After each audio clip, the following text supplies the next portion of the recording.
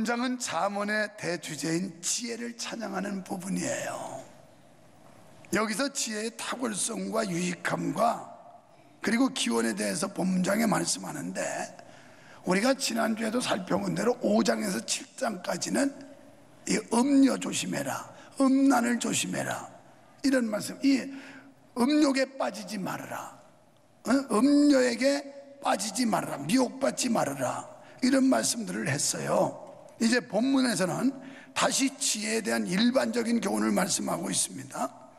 여기서 지혜를 특별히 여성화해서 인간에게 궁극적으로 해악을 미치는 음료와 대조하여 지혜는 인간을 궁극적으로 유익하게 해주고 생명을 얻게 한다는 사실을 깨우쳐주고 있는 겁니다. 그러니까 음료가 적그리스도로서의 상징으로 사람을 은밀히 미혹하여 사망에 빠뜨리는 자로 나타나는 반면에, 지혜는 말씀이신 그리스도의 예표로서 사람을 일깨워 생명의 길로 이끄는 자라는 것을 본문에서 말씀하고 있습니다. 여러분, 여기서 말씀하는 지혜는 과학적 지식의 지혜가 아니에요.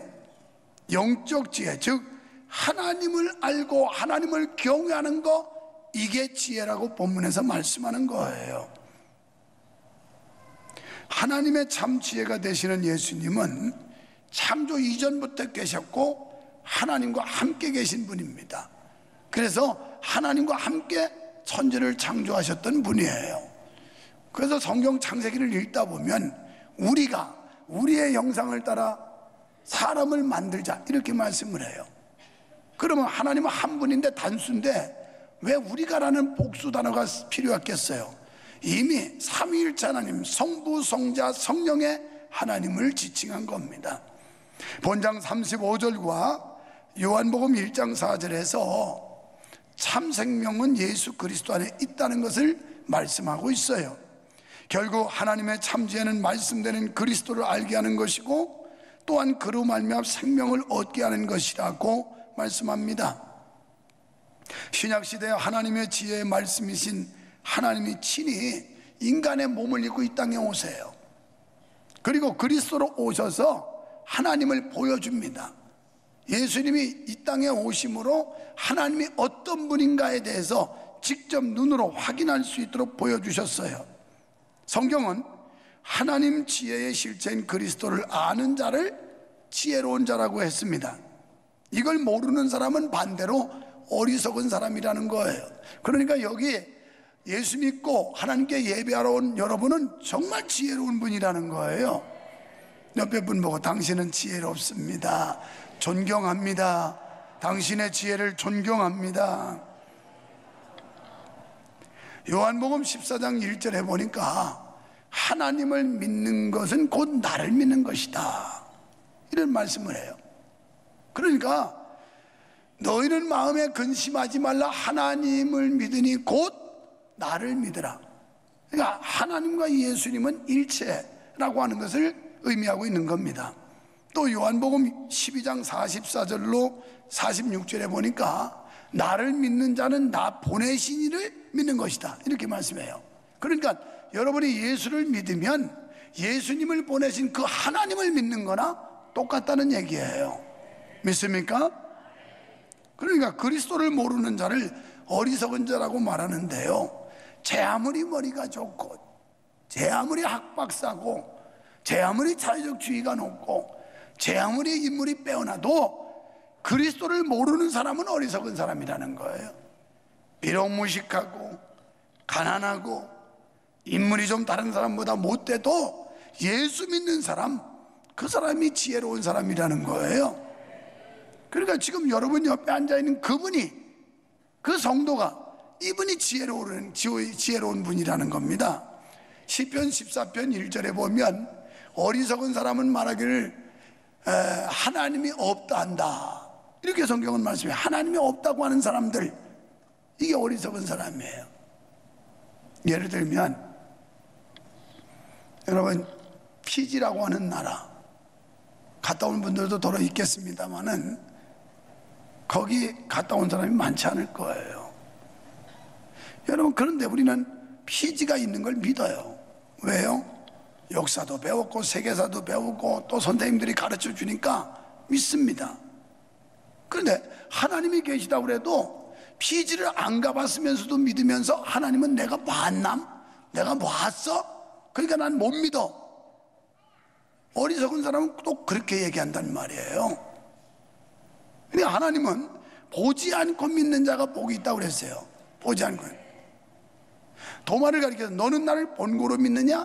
보지 않고 믿는 사람은 복이 있다. 오늘 이곳에 하나님이 함께 하시는 걸 믿으시기 바랍니다. 하나님의 임재가 있고 하나님이 불꽃 같은 눈으로 우리의 예배 현장을 보고 계시다고 믿어진다면 우리는 무언가 진지함이 있을 거예요.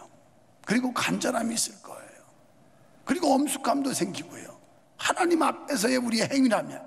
근데 하나님은 안 보이고 그냥 말 잘하는 목사 얘기 들으러 왔다 한다면 이 예배는 의미도 없고 가치도 없는 거예요. 고린도전서 1장 18절에 보니까 십자가의 도, 우리가 믿는 거 멸망하는 사람들이 볼 때는 미련한 거라는 거예요. 아유 저 등신들, 아유 저 미련한 곰퉁이들, 아니 세상에 그렇게 할 일이 없어가지고 저렇게 교회 가서 턱 쳐들고 있나, 아유 딱하다 불쌍하다. 근데 이상하죠? 우리는 그런 사람들이 불쌍해 보여. 아이고 등신 저거 이제 결국은 언젠가 인생 끝날 텐데 그 영혼도 모르고 천국도 모르고 참 불쌍하다. 지금 서로 불쌍하다고 그래. 여러분 요즘 좋은 계절에 우리가 여기 와서 예배하는 이 자체가 하나님을 모르는 사람들은 우리가 초라하게 보이고 불쌍하게 보이고 미련하게 보인다는 거예요. 어제도 보니까 우리 교회 4팀이나 전부 놀러 가더라고요. 단양으로 가고, 그 다음에 뭐 저 광릉내 수목원으로 가고, 그 다음에 뭐 여기 저 오산내 무슨 향기인지 하여튼 뭐 꽃향기인지 물향기인지 하여튼 거기 가고 뭐 그래가지고 4팀이나 버스가 막 몇 대가 나가서 왔다 갔다 해요. 이렇게 좋은 계절 우리가 왜 여기 앉아 있어야 되는 거예요? 이거 같이 놀러 가지, 그냥 나라고 같이 말해. 이 미련한 사람들은 십자가의 도가 미련하게 멸망할 사람들이기 때문에. 그런데 반대로 구원을 얻은 우리는 이게 하나님의 능력이 되는 거예요. 여기 와서 예배할 때 기쁨이 있고, 여기 와서 예배할 때 소망이 있고, 하나님의 말씀을 들을 때 능력이 생기고 자신감이 생기고, 할렐루야. 이 매력 때문에 오는 거예요. 본장 1절로 5절의 말씀을 보면 지혜가 큰 소리로 부르는 듯한 그런 모습을 본문에서 볼 수 있습니다. 누구나 차별 없이 초대하고 있는 모습을 보는데, 음료가 어두운 구석에서 사람을 미혹한 것과 대조적으로 지금 본장에서는 공개적으로 사람들에게 생명으로의 초대를 하고 있어요. 그렇습니다. 지혜의 근본이신 하나님께서는 지위, 고와 남녀노소를 불문하고 지혜를 얻으라고 초청하십니다.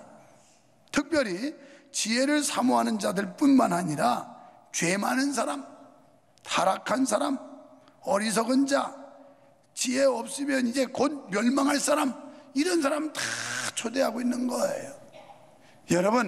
여러분이 아셔야 될 건요, 교회는 죄인들이 모이는 곳이에요. 문제 있는 사람들이 모이는 거예요. 여기 약점 있는 사람들이 모이는 거예요. 교회가 무슨 완전하고 온전한 사람 모이는 줄 아는데 착각이에요. 그런 사람이 자칭 자기는 완전하고 결함이 없고 실수도 없고 죄도 없다고 하는 사람 올 필요 없어요. 그 사람은 자기 의로 구원받을 수 있으니까. 근데 틀림없이 지옥 갈 겁니다. 여기는 다 죄인들이 오는 거예요. 죄인들. 그런데 누구를 정죄해요? 교회에서 뭐 서로 성도들끼리 뭐 저 따위가 예수를 믿는 거냐고, 저런 게 뭐 장로냐고, 물론 욕먹을 만하지만, 아이고 저 따위가 권사냐고, 아이고 원래 뭐 욕먹을 만하지만, 그래도 그냥 주님 앞에 기도하고 기다리지 여러분이 정죄하지 말라는 거예요.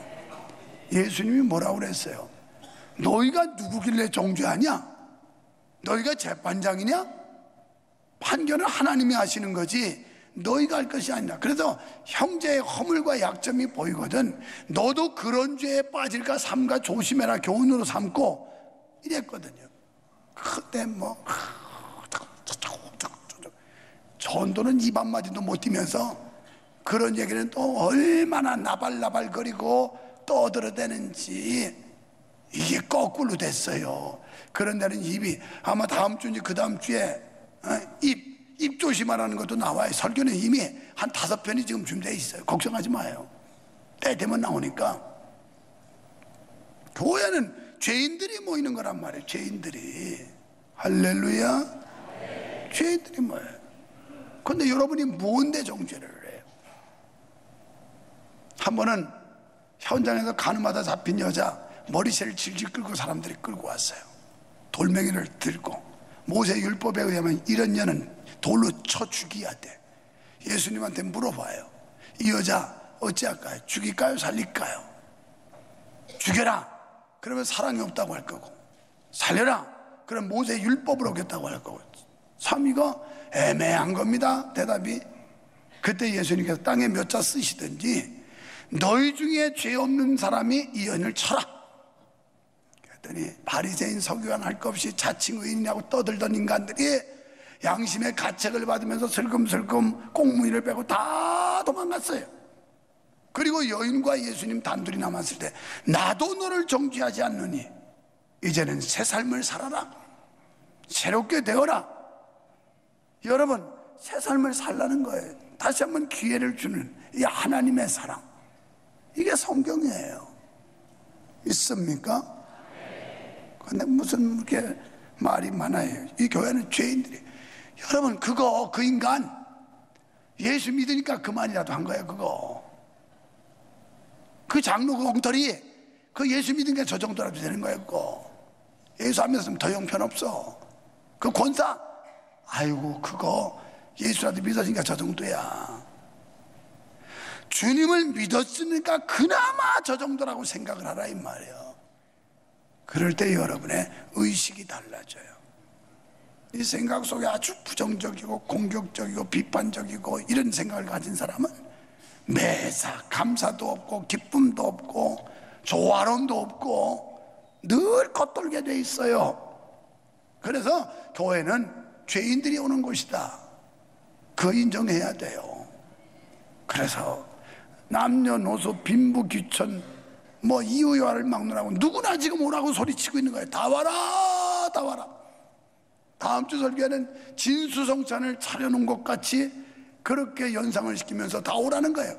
이 생명의 양식을 먹으러 오라고 9장에 넘어가면 그렇게 나와요.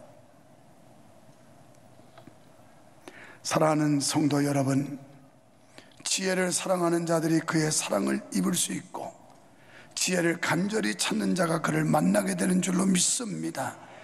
지혜는 은밀한 곳에 숨어 있지 않고 많은 사람들이 왕래하는 공개된 장소에서 많은 사람들을 부르고 있어요.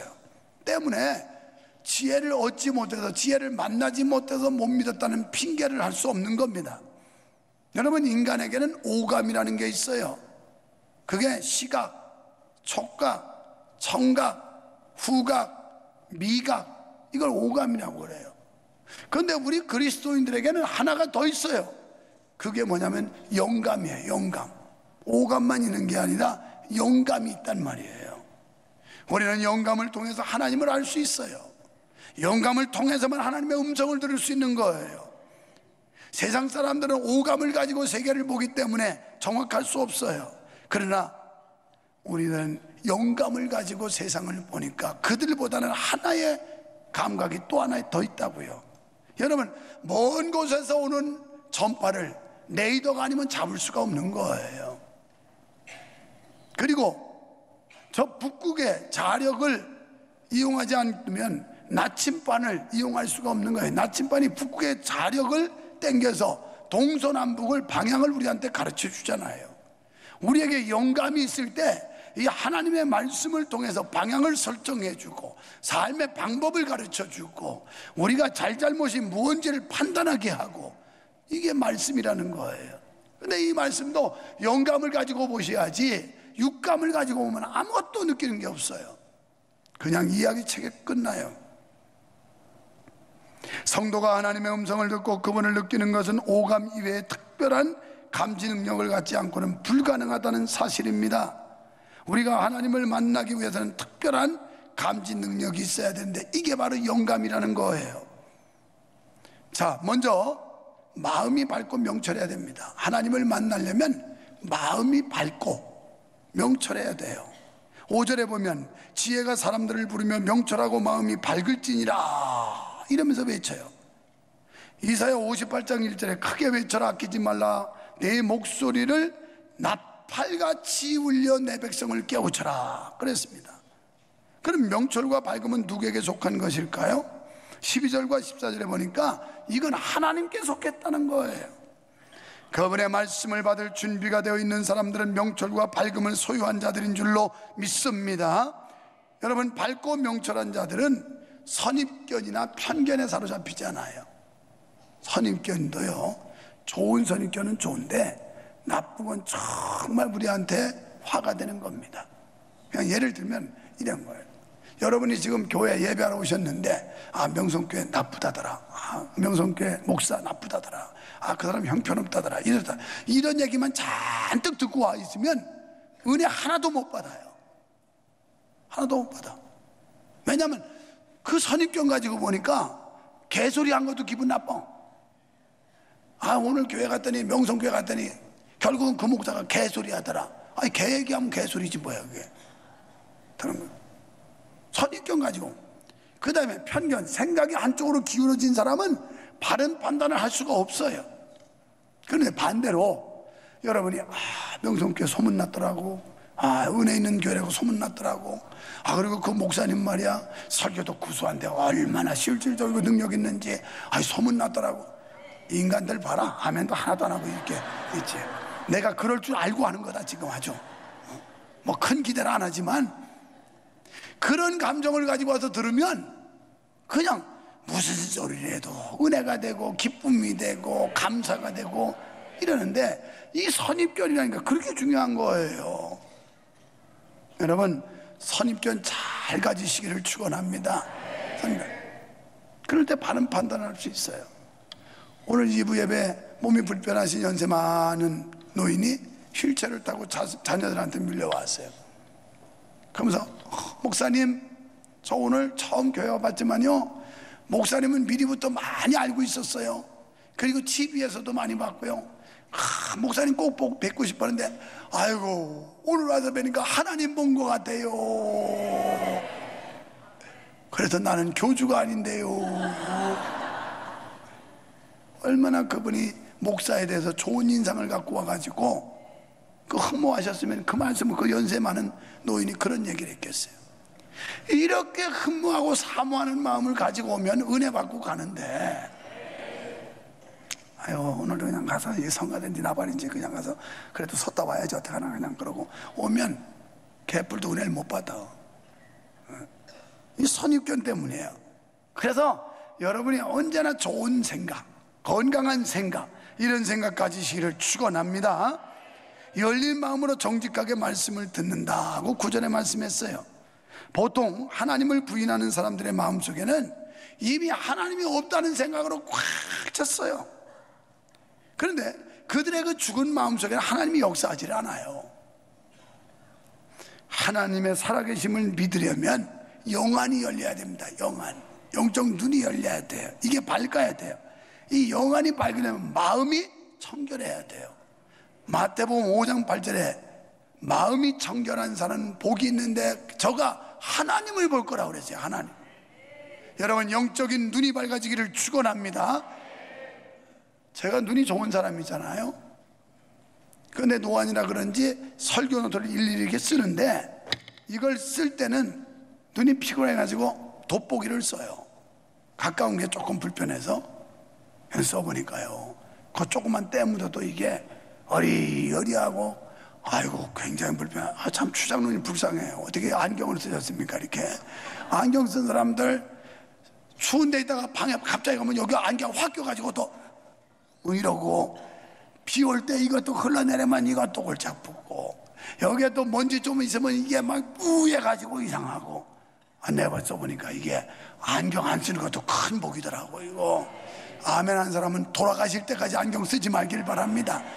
아멘 안 한 사람은 아주 도수가 센 거, 이런 거. 왜냐면 쓰기를 원하니까 아주 센 도수 막 이렇게 두꺼워가지고 이래가지고. 여러분, 우리가 영적으로 눈이 밝아야 돼요. 세상에 우리 육신의 눈을 조금 도움 주는 안경도 때가 끼고 먼지가 묻으면 뿌해가지고, 그리고 오래 가지를 못해 피곤해서 필요해서 그게 자주 닦지 않습니까? 그죠? 장로님 자주 닦잖아요. 늘 포를 가지고. 우리 마찬가지인 거예요. 우리의 심령이 밝고 깨끗하려면 자주 닦아야 돼요. 자주. 그래야 맑은 심령이 될 수 있고, 그런 사람이 영안이 열리고 심령이 열려서 하나님을 볼 수도 있고 은혜를 받을 수도 있는 거예요. 다음으로 하나님을 만나려면 악을 미워해야 돼요. 죄를 미워해야 되고요. 마음이 정결한 자, 훈계를 들을 기가 있는 자는 악에 대해서 깨닫고 양심의 가책을 느끼면서 분별하게 되는 겁니다. 1907년 평양 대부흥의 역사는 결국 회개와 고백으로부터 이루어진 거예요. 그래서 남의 돈 떼먹은 거, 뭐 나쁜 짓 한 거, 우상 숭배한 거, 이걸 막 쏟아놓으면서 은혜 받고 부흥의 역사가 일어난 거예요. 이처럼 하나님의 말씀을 듣는 자는 말씀의 거울 앞에서 자신의 죄악된 모습을 발견하게 되며, 그 죄악으로 인해 양심의 찔림을 받고 그리스도를 의지할 수밖에 없게 되는 겁니다. 19세기 미국의 대각성 운동 역시 회개의 눈물로부터 시작됐어요. 우리는 회개의 눈물을 많이 흘려야 되는데 눈이 맹숭하잖아요. 눈물이 바짝 말랐잖아요. 이게 문제옵시다. 눈물만 마르는 게 아니라 심령이 말랐다는 거예요. 이 심령이 뜨거워야 눈물이 나지, 심령이 메마른 거 하면 절대 눈물 안 나요. 오늘 하나님의 말씀을 들을 때 자기를 돌아보고 자기를 발견하고, 내가 하나님 앞에 바로 되지 못한 거, 죄와 더불어 살았던 거, 막 이런 걸 아파하면서 이 속에 울컥울컥해서 눈물이 나야 그게 정상이라고요. 정상. 어떤 분들은 교회 와도 너무 막 울음이 와서 그거 창피해가지고 남자분들이 그거 잡느라고 무지무지하게 애썼다는 거예요. 우리 왜 그런 남자분들 많아요. 정말 너무 자기가 막 감격이 되고 감동이 되고 회개가 되고, 그리고 하나님께 더욱 가까이 나가고 그분을 찾고 사모하게 되는 겁니다. 왜요? 우리가 말씀을 들을 때 죄에 둔했던 그런 양심이 살아나게 되기 때문이에요. 또 이런 사람들은 하나님 앞에 기도해요. 왜냐하면 제가 이 죄를 이길 수 있는 힘을 주세요. 죄를 물리칠 수 있는 힘을 주세요. 죄를 거부할 수 있는 능력을 주세요. 이러면서 하나님을 사모하고 기도하는 거예요. 결론적으로 전심으로 찾고 회개해야 합니다. 하나님 만나려면 사람들은 쉽게 얻을 수 있는 것을 기준품으로 여기지 않습니다. 그래서 희귀한 것을 찾아다녀요. 희귀한 것. 그러나 우리는 진리는 항상 가까이 있습니다. 우리 주변의 평범한 사실 속에서 발견된다는 사실을 믿으시기 바랍니다. 그래서 가난해도 무식해도 지위가 높아도 낮아도 누구나 다 믿을 수 있는 종교가 기독교예요. 마찬가지로 누구든지 하나님을 찾기만 하면 만날 줄로 믿습니다. 주님의 이름을 부르는 자는 누구나 구원을 받는 줄로 믿으시기 바랍니다.